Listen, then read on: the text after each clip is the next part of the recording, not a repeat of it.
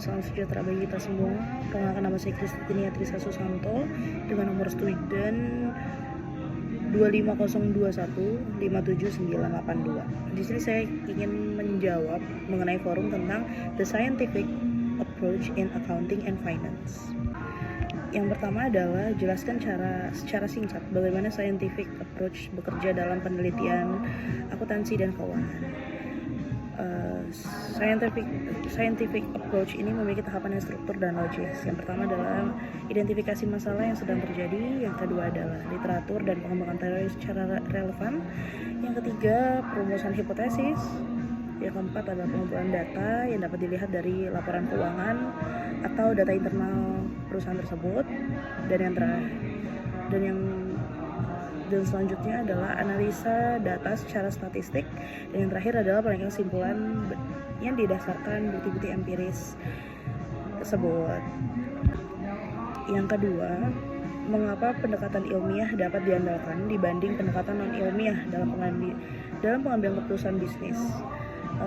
Ini dikarenakan pendekatan ilmiah ini berbasis dengan data dan bukti nyata dan menggunakan metode yang sistematis dan teruji, dapat diverifikasi dan mengurangi bias subjektif. Sedangkan non-ilmiah biasanya menggunakan intuisi, kemudian pengalaman pribadi dan asumsi sendiri. Dan pengambilan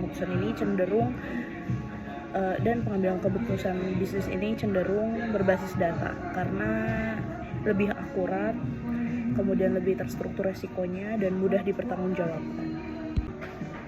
Kemudian yang ketiga, di era big data dan AI, bagian mana dari scientific approach yang paling penting untuk dijaga?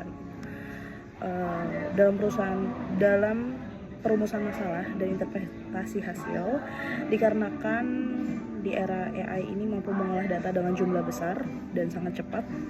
Namun AI tidak selalu bisa memahami konteks yang sedang kita pertanyakan konteks bisnis secara menyeluruh gitu.